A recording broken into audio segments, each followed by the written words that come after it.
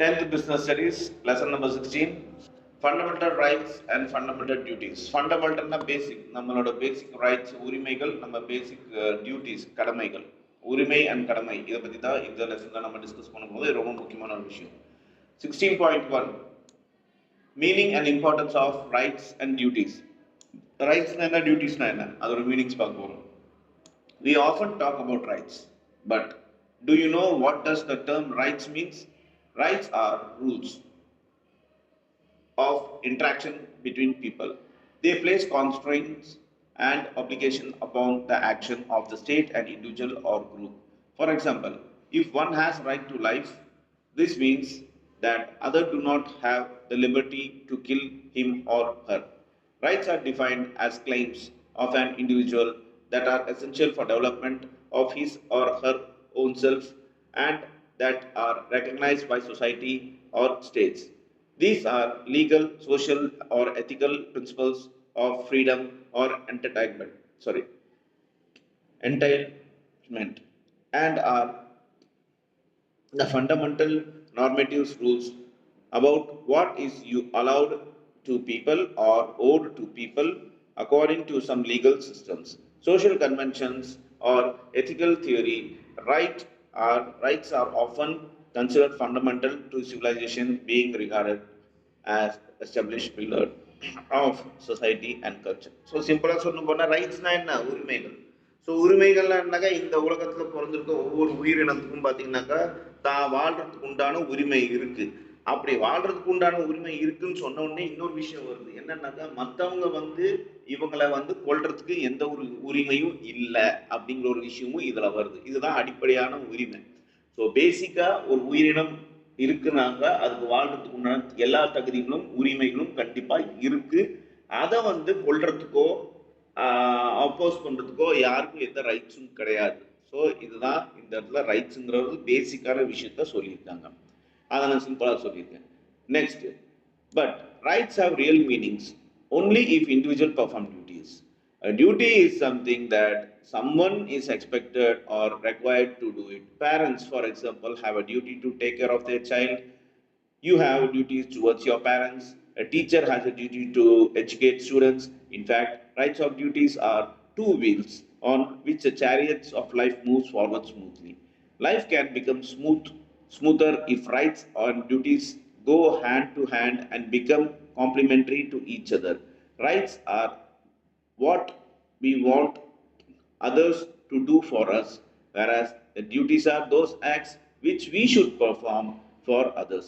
Thus, a right comes with the obligation to show respect for rights of others. The obligations that accompany rights are in the form of duties. If we have a right to enjoy public facilities like transports or health services, it becomes our duty to allow others to avail the same. If we have the right to freedom, it becomes our duty not to misuse this and harm others. So இது ரொம்ப முக்கியமான paragraph, முக்கியமான point சொல்லியிருக்காங்க. இப்போ rights and duties இது பார்த்தீங்கன்னாக்கா ரெண்டுமே ஒரு வீலில் இருக்க ஒரு வண்டியில் சேரியட்டில் இருக்க தேரில் இருக்க ரெண்டு வீல் மாதிரி, ஒன்று இல்லாமல் ஒன்று நகராது. ஸோ நீங்கள் ரைட்ஸ்ன்னு வந்துட்டாவே ரைட்ஸ்னா என்னன்னாக்கா உங்களுக்கு என்ன உரிமை இருக்கோ அது நீங்கள் எடுத்துக்கிறது ரைட்ஸ். டியூட்டிஸ்னா என்னன்னாக்கா அந்த ரைட்ஸ் உங்களுக்கு வந்துச்சுனாவே ஆட்டோமேட்டிக்காக நீங்களும் மற்றவங்களுக்கு பண்ண வேண்டிய கடமைகள், இது டியூட்டிஸ். ஃபார் எக்ஸாம்பிள், இப்போ ஃபேமிலின்னு எடுத்துட்டாக்கா பேரண்ட்ஸ் உங்கள் அப்பா அம்மா உங்களை வளர்க்குறாங்க, உங்களுக்கு உண்டான அது அவங்க டியூட்டி. உங்களுக்கு நல்ல ஹெல்த் கொடுக்குறாங்க, சாப்பாடு கொடுக்குறாங்க, படிப்பு கொடுக்குறாங்க, உங்களை டேக் கேர் பண்ணிக்கிறாங்க, அது அவங்க டியூட்டி. அதே மாதிரி பார்த்தீங்கன்னாக்கா இந்த டியூட்டிஸ் இவங்களுக்கு சில்ட்ரன்ஸ்க்கும் பேரண்ட்ஸ் கிட்ட இருக்கணும்.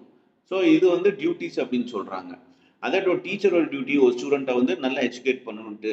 அதே மாதிரி இந்த ரைட்ஸுங்கிறது என்னன்னு சொல்கிறாங்கனாக்கா உங்களுக்கு இப்போ நீங்கள் மற்றவங்ககிட்ட எதிர்பார்க்கறது பார்த்தீங்கன்னா ரைட்ஸு, நீங்கள் மற்றவங்களுக்கு பண்ண வேண்டியது பார்த்தீங்கன்னா டியூட்டிஸ். இவ்வளோதான் சிம்பிள். இப்போ உங்களுக்கு ஒரு ஹெல்த் சர்வீஸ், ஒரு டிரான்ஸ்போர்ட் கிடைக்குது, அதாவது பப்ளிக் டிரான்ஸ்போர்ட் ஃபெசிலிட்டி நீங்கள் யூஸ் பண்ணுறீங்க, பஸ்ஸில் போகிறீங்க அப்படின்னா அது உங்களோட ரைட்ஸு. அதோட உங்கள் டியூட்டி என்ன, அந்த பஸ்ஸை நம்ம கரெக்டாக வச்சுக்கணும், அதை எந்த டேமேஜும் பண்ணாமல் அதை மிஸ்யூஸ் பண்ணாமல் நம்ம வச்சுக்கணும். ஸோ இது எல்லாமே அதோட ஃப்ரீடம், உங்களோட சுதந்திரம் உங்களோட ரைட்ஸு. ஆனா அது வந்து நீங்க மிஸ்யூஸ் பண்ணக்கூடாது.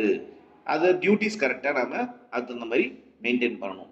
ஸோ இதுதான் ரைட்ஸ் அண்ட் டியூட்டிஸ் சிமிலரா பேரலா போற அந்த ஒரு எப்படி ரயில்வே ட்ராக்ல பேரலா போகுது. ஒரு ட்ராக் இல்லாம இன்னும் இந்த ட்ரெயின் போகாது.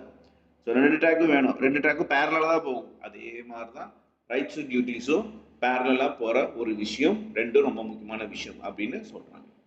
ரைட்ஸ். இங்க ஒரு ஆக்டிவிட்டி கொடுத்துருக்காங்க ரொம்ப முக்கியமானது. இது வந்து நீங்க மை டியூட்டிஸ்னு போட்டுக்கணும். இதுல ஃப்ளோ சார்ட்ல பாத்தீங்கன்னா towards my family, towards my friends, towards my neighbour அப்படின்னு போட்டிருக்கு. ஸோ உங்களோட டியூட்டிஸ் டுவர்ட்ஸ் உங்க ஃபேமிலி ஒரு 2 பாயிண்ட், டுவர்ட்ஸ் உங்க friends 2 point, towards your neighbour 2 point நீங்க எழுதணும். இது எக்ஸாம்ல கண்டிப்பா கேட்பாங்க. அதோட மை ரைட்ஸ் உங்களோட ரைட்ஸ் என்ன? உங்களோட ஃபேமிலியில் உங்க ரைட்ஸ் என்ன? உங்க ஃப்ரெண்ட்ஸ்க்கு உங்க ரைட்ஸ் என்ன? உங்க நெய்பர்ஸ்க்கு உங்க ரைட்ஸ் என்ன? இது எல்லாமே நீங்க ஒரு 2 பாயிண்ட்ஸ் எழுதணும். What do you think are difference between the duties and rights? Do you think they are interrelated? How? So இந்த டியூட்டிஸ்க்கும் ரைட்ஸ்க்கும் டிஃபரன்ஸ் ஏதாவது இருக்கா அப்படின்னு கேட்குறாங்க. அப்படி ரெண்டுமே இன்டர்ரிலேட்டடா அப்படி ஆமான்னாக்கா அது எப்படி அப்படின்னு கேட்குறாங்க. அதுதான் இப்போ பார்க்க போகிறோம்.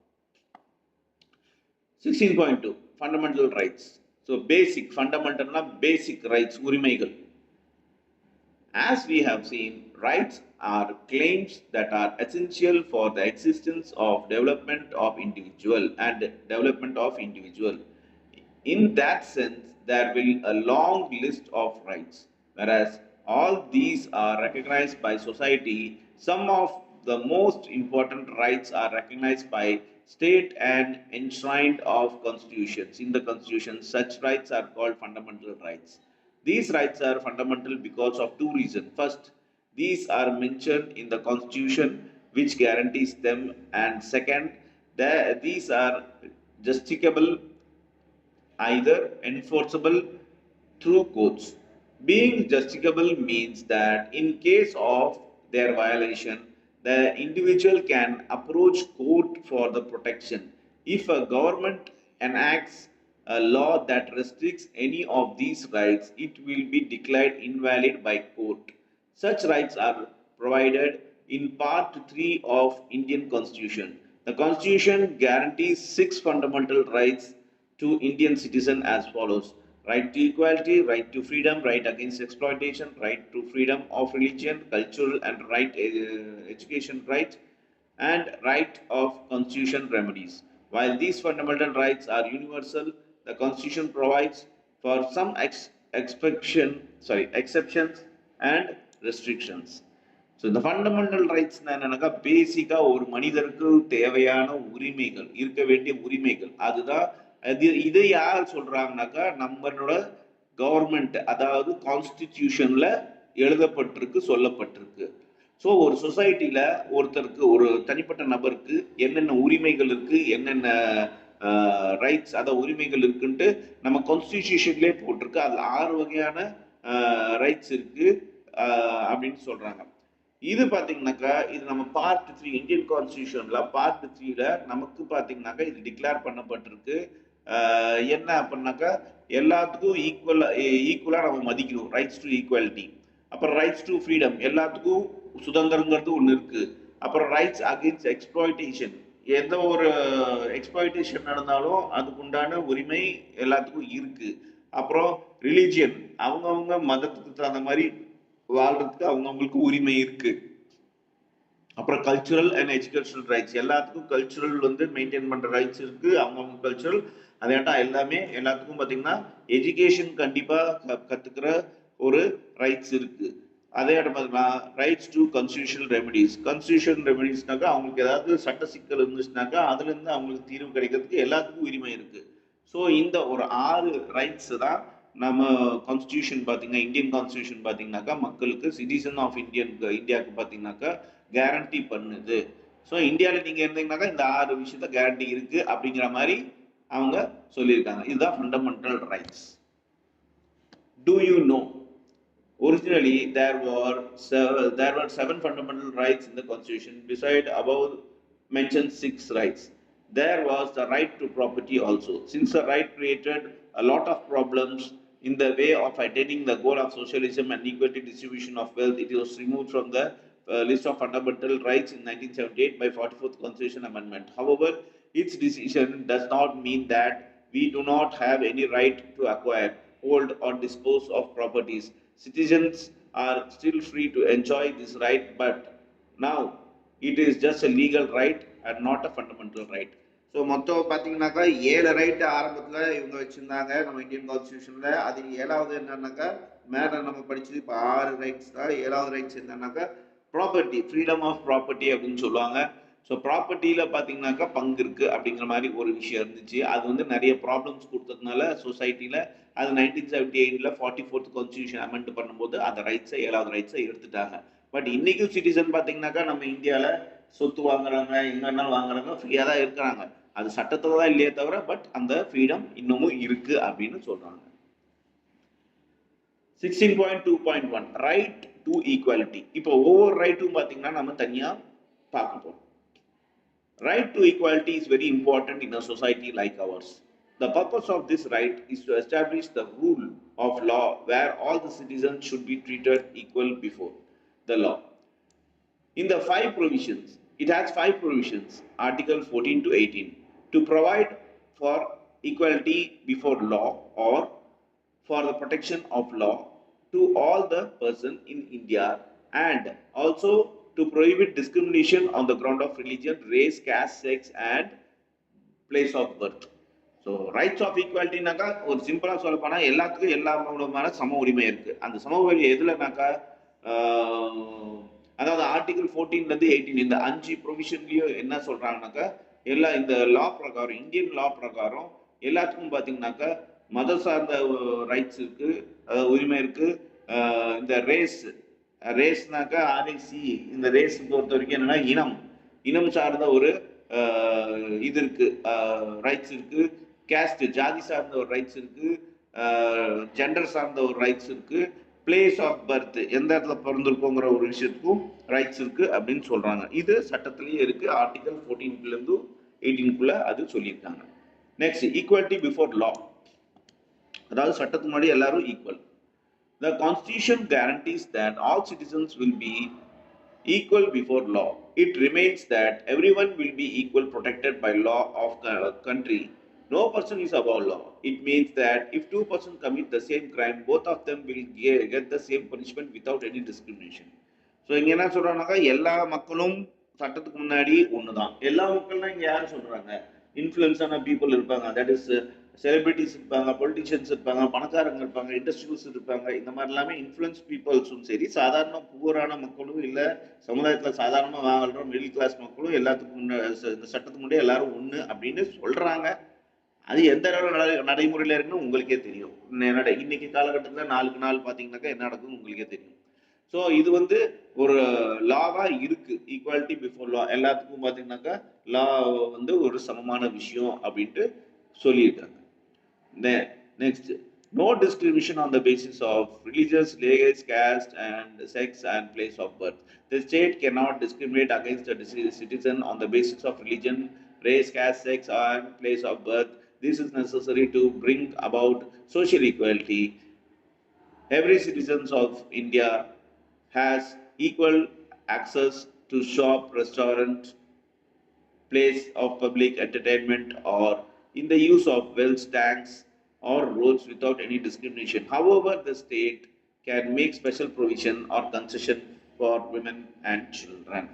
So, ஏற்கனவே சொன்ன மாதிரி தான் இந்த ஜாதி, மதம், பிறந்த இடம், அப்புறம் பார்த்தீங்கன்னாக்கா ஜெண்டர் டிஸ்கிரிமினேஷன் இதெல்லாமே இருக்கக்கூடாது, எல்லாத்துக்கும் சமமான ஒரு உரிமை இருக்கு அப்படின்னு சொல்றாங்க. இதுதான் நோ டிஸ்கிரிமினேஷன்ங்கிற ஒரு ரைட்ஸ்ல வருது. Then equality of opportunity to all citizens in the matter of public employment. Public employment na government வேலை. அதை பார்த்தீங்கன்னா எல்லா ஜாதி மக்கள், எல்லா இன மக்கள் எல்லாத்துக்கும் பார்த்தீங்கன்னாக்கா ஈக்குவலான ரைட்ஸ் இருக்குன்னு சொல்றாங்க. அதான் இங்க சொல்லியிருக்காங்க. The state cannot discriminate against anyone in the matter of public employment. All citizens can apply and become employees of the state. Merits and qualification will be the basics of employment. However, there are some expectations to this right. There is a special provision for the reservation of posts of citizens belonging to the scheduled castes, scheduled tribes, and other backward, that is OBC. இப்போ இந்த எல்லாத்துக்கும் பார்த்தீங்கன்னாக்கா இந்த government ஜாப்ங்கிறது apply பண்ணி அவங்க jobs எடுத்துக்கு உண்டான உரிமை இருக்கு. அதில் ஒரு சில கேஸ்ட்களுக்கு வந்து பார்த்தீங்கன்னாக்கா இது கன்செஷன் மாதிரி கொடுத்துருக்காங்க. அது என்னன்னாக்கா ஷெட்யூல் கேஸ்ட்டு, ஷெட்யூல் ட்ரைப்ஸ்னா மலைவாழ் மக்கள், அதே மாதிரி பார்த்தீங்கன்னாக்கா ஓபிசி அதர் பேக்வர்ட் கிளாஸஸ் இவங்களுக்கு எல்லாமே கொஞ்சம் சிட்டிசன்ஸ்க்கு எல்லாமே கொஞ்சம் ரிசர்வேஷன்ஸ் இருக்கா, ரிசர்வேஷன்னா கன்செஷன் இருக்கு அப்படின்னு சொல்றாங்க. அபாலிஷன் ஆஃப் அன்டச்சபிலிட்டினாக்கா உங்களுக்கு நீங்க பாத்திருக்கீங்களா என்னன்னு தெரியல. இப்போ ஒரு சில டீ கடையில் கிராமத்துல போனீங்கன்னாக்கா மேல் ஜாதிக்காரங்களுக்கு ஒரு டம்ளரும் கீழ் ஜாதி அப்படின்னு சொல்லுவாங்க. அவங்களுக்கு பாத்தீங்கன்னா இன்னொரு டம்ளர் வச்சிருப்பாங்க. இந்த மாதிரி டிஸ்கிரிப்ஷன்லாம் இன்னமும் இருக்கு. இந்த மாதிரி வித்தியாசப்படுத்தி பார்க்கறது இன்னமும் இருக்கு. நிறைய இடத்துல பார்க்க முடியும் நம்மளால கிராம சைட்ல எல்லாமே. ஸோ அதை வந்து ஒழிக்கிறதுக்கு உண்டான ரைட்ஸ் போட்டிருக்காங்க. அதுதான் untouchability. Practicing untouchability in any forms has been made the punishable offense under the law. This provision is an effort to uplift the social status of millions of Indians who had been looked down upon and kept the distance because of either their caste or the nature of their or the profession. But it is really well unfortunate that despite constitutional provisions, this social evil continues even today. Can you find any difference when you see a nurse cleaning the patient, a mother cleaning her child, or lady cleaning a toilet in English station? Why do people consider the cleaning of toilet in a derogatory manner? So நான் சொன்னதுதான் இங்கே சொல்லியிருக்காங்க. என்னன்னாக்கா இது எழுத்துல தான் இருக்கே தவிர இன்னமும் நம்மளால டிஸ்கிரிமினேஷன்ஸ்லாம் பார்க்க முடியுது. அதுக்கு ஒரு எக்ஸாம்பிள் சொல்லியிருக்காங்க. இப்போ டாய்லெட் க்ளீன் பண்ணுறதுக்கு பார்த்தீங்கன்னா அதுக்கும் தனி ஒரு கேஸ்ட் ஆள் தான் டாய்லெட் க்ளீன் பண்ணி வைப்பாங்க. அதோட சலூனில் பார்த்தீங்கன்னாக்கா முடி வெட்டுறவங்க அந்த கேஸ்ட்டாக இருக்கும், அதுக்கு ஒரு பர்டிகுலர் கேஸ்ட்டாக இருக்கும்பாங்க. அதோட கோயிலுக்குள்ள ஒரு சில கேஸ்ட் போகக்கூடாது அப்படிம்பாங்க. ஸோ இந்த ப்ராப்ளம்ஸ் எல்லாமே இன்னமும் நடக்குது. என்னதான் சட்டத்தில் இருந்தாலும் இந்த ப்ராப்ளம்ஸ்லாம் இன்னமும் நடக்குது அப்படின்னு சொல்கிறாங்க. இதை அபாலிஷ் பண்ணும். அதுக்காக தான் இந்த இது அபாலிஷன் ஆஃப் டைட்டில்ஸ்னா என்னன்னா சரி பார்ப்போம் என்னன்ட்டு. All the British titles like Sir, Knighthood, or Rai Bahadur which were given to the British loyalists during the British rule have been abolished because they created the distinction of artificial nature. However, the President of India can confer civil and military awards to those who are rendered meritorious services to the nation in different fields. The civil awards such as Bharat Ratna, Padma Bhushan and Padma Shri, and military awards like Veer Chakra, Paramveer Chakra, Ashok Chakra are conferred. Do you know that these awards are no titles? Education and military awards can be prefixed with one's name. Right. Abolition of title நாக்கா பிரிட்டிஷ்காரங்க இருக்கும்போது நம்ம 200 வருஷம் கிட்டத்தட்ட 199 years அவங்க நம்மளை அடிமைப்படுத்தி வச்சிருந்தாங்க. அந்த டைம்ல பாத்தீங்கன்னாக்கா யார் யாரு பிரிட்டிஷ்காரங்களுக்கு ஜால்ரா தட்டினாங்களோ இந்தியன்ஸ் ஆஃபீஸர்ஸ் அவங்களுக்கு எல்லாத்துக்கும் பாத்தீங்கன்னாக்கா இது கொடுத்துருந்தாங்க, ஒரு டைட்டில்ஸ் மாதிரி கொடுத்துருந்தாங்க. சர்ங்கிற டைட்டில், நைட்ஹுட்பாங்க, ராய் பகதூர்பாங்க. இந்த மாதிரி இவங்கெல்லாம் பிரிட்டிஷ் லாயலிஸ்ட்னாக்கா பிரிட்டிஷ்க்கு வாலாட்டுறவங்க, அதாவது எது சொன்னாலும் ஆமா சாமின்னு சொல்றவங்க. ஸோ அந்த டைட்டில்ஸ் எல்லாமே அபாலிஷ் பண்ணிட்டாங்க இந்தியன் கவர்மெண்ட். இப்போ இந்தியன் கவர்மெண்ட் பார்த்தீங்கன்னா நம்ம பிரசிடென்ட் ஆஃப் இந்தியா பார்த்தீங்கன்னாக்கா யார் யார் அவங்கவுங்க ஃபீல்டில் சாதிச்சிருக்காங்களோ அவங்களுக்கு பார்த்தீங்கன்னாக்கா ஒரு சில உயர்ந்த விருது, கௌரவமான விருது தராங்க. அதில் ஒரு சில விருது சிவில் அவார்டும்பாங்க. சிவில்னாக்கா சிவிலியன்ஸ், நாம எல்லாரும் சிவிலியன்ஸ், அதாவது பப்ளிக், ஜென்ரல் பப்ளிக். நாம ஏதோ ஒரு விஷயம் சாதிச்சோம், சர்வீஸ்லயோ சரி, எதுலையோ சரி, வீரத்துலையும் சரி சாதிச்சோம், நமக்கு வந்து இது கிடைக்கும். இது என்னன்னாக்கா பாரத் ரத்னா, பத்மபூஷன், பத்மஸ்ரீ இந்த மாதிரி எல்லாம் கிடைக்கும். இது சிவில். அதேட்டும் மிலிட்ரியில சாதிக்கிறவங்களுக்கு என்ன கிடைக்கும்னாக்கா வீர் சக்ரா, பரம்வீர் சக்ரா, அசோக் சக்ரா இந்த மாதிரி ஒரு பதவி கிடையாது, டைட்டில்ஸ் எல்லாம் கிடைக்கும். இது வந்து